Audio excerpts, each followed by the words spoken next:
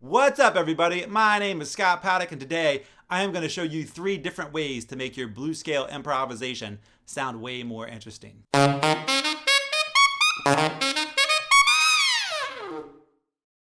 If you have just started with improvisation, one of your main ingredients is probably using the blues scale. And if you are a pop, funk, or rock saxophone player, that is also one of the main ingredients. You're a big fan of using the blues scale. So today, I'm going to give you 3 different ways to make the blues scale sound more interesting than just a regular old typical blues scale. Okay, so let's get started. The first technique is actually very, very, very easy. A lot of times when I hear people improvising with their blues scale, they're just kind of running up and down the scale, and it kind of sounds like this.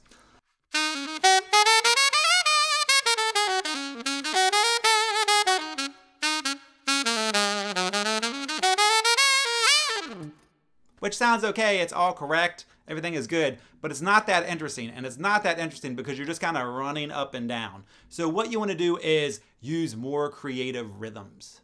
More creative rhythms. In other words, not just 8th note lines running up and down the blues scale. Take a listen.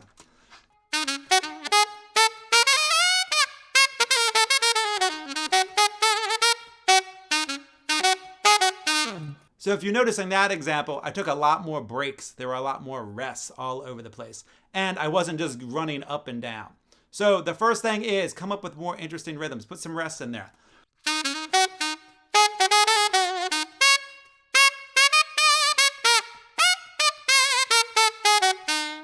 It's going to sound way more interesting than...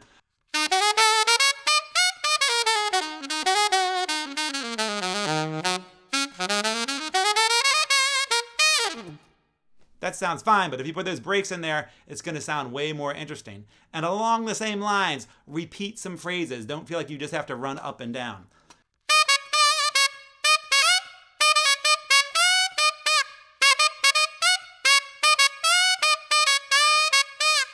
So I just used 3 notes. That one I was using a C, a B flat, and an E flat. And I just kind of kept coming with little different rhythms for the 3 notes. Instead of running all over my saxophone, I was coming up with like a little lick or a little motive off of those 3 notes. And the next step is find the chords inside of the blues scale. There are several chords inside the blues scale. And if you play the chords, it's going to make it sound like a more chordal solo than just jamming out on a scale. So I am using the C blues scale on my alto saxophone. And those notes are C, E flat, F, F sharp, G, B flat, and C. So the first chord is obviously going to be the 1 chord, which would be the C, E flat, and G, and of course the B flat on the 7th. So that'd be 1, flat 3, 5, flat 7. So I can use that chord and jam out.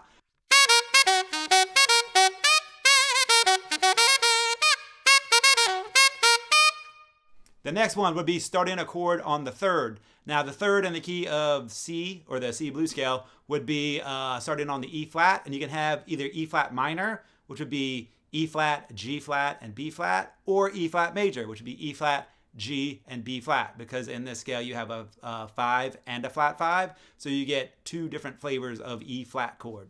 So this is the minor.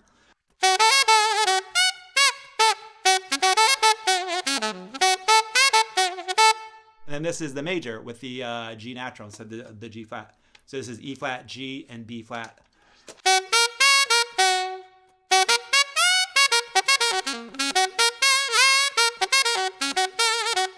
So those are your 3 chords in your normal blues scale. So if we want to improvise just using those chords, we could play something like this. I'm going to play the C minor 7, then the E flat minor 7, and then the E flat major.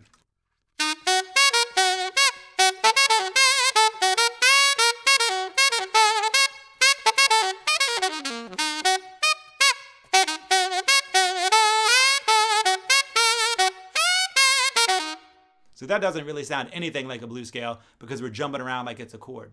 Now, the last step is add in the 2nd and 6th degrees. So in the key of C, we're going to put in a D natural, which is the 2nd, and an A natural, which is the 6th. And it'll sound like this.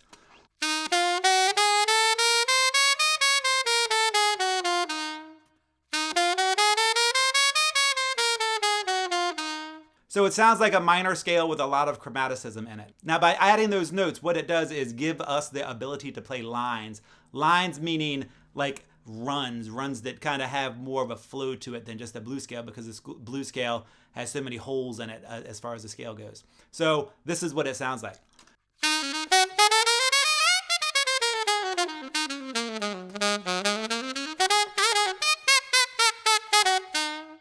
Do you hear the difference between that? That had a whole lot of line, a whole lot of movement. It was kind of snaking through everything as opposed to the regular blues scale.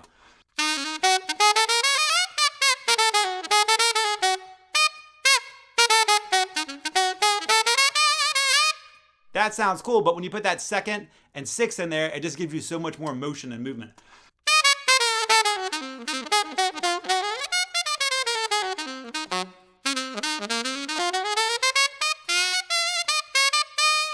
Now, if we add the second and sixth to the idea of building chords, we can actually build a chord on every note in the blues scale, and that gives us all kinds of cool different sounds. So if we start on the 1, that would be C, E flat, G. And of course, we could put the B flat on the top for the flat 7. We start on the flat 3, that is E flat, so we could play E flat, G flat, B flat. Or of course we could do the major, which would be E flat, G, B flat. Then we could go to the 4, which is F, and we could play F, A, C. So that is the 6th and the 2nd. And put the flat 7 on the top, which is the E flat. Then go to the flat 5 and do the same thing, which is a super cool sound. Then we can go to the 5th, which is the G, and we have G, B flat, D. And that gives us a lot more chords to work with. So inside of this blues scale, when we add the 2nd and 6th degree, we can do all kinds of stuff that sounds a little bit outside and has a way cooler vibe to it than just plain straight up blues scale.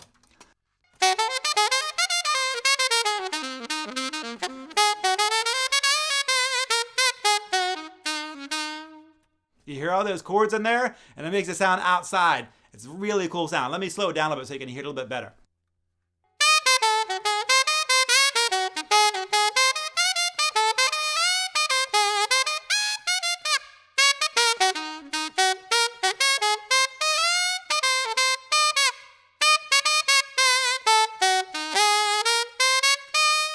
So by adding that 2nd and 6th degree, it gives you so many more options in your blues scale. It gives you the ability to play melodies that kind of snake through the scale a little bit more, so they have a little bit more of a flow because there's not so many gaps in the intervals. And it gives you the ability to play a lot of chords, which can help give you a little bit less of a blues scale sound and make it sound a little bit more outside and a little bit hipper and cooler. Okay, so let's put it all together. We are going to switch up our rhythm, so it's not just a bunch of 8th notes. We are going to find the chords, and we're going to add the 2nd and 6th degree.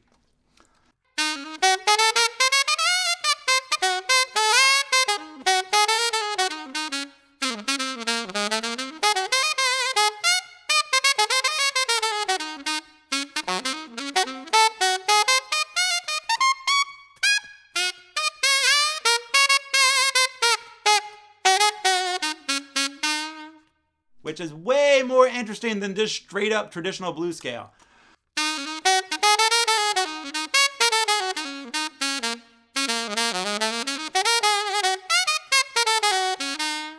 Thanks for taking the time to check out this video. If you now understand these 3 steps to make your blues scale improv sound way more interesting, I would really appreciate it if you would subscribe to my channel, give me a thumbs up, and leave me some comments below. Thanks a lot.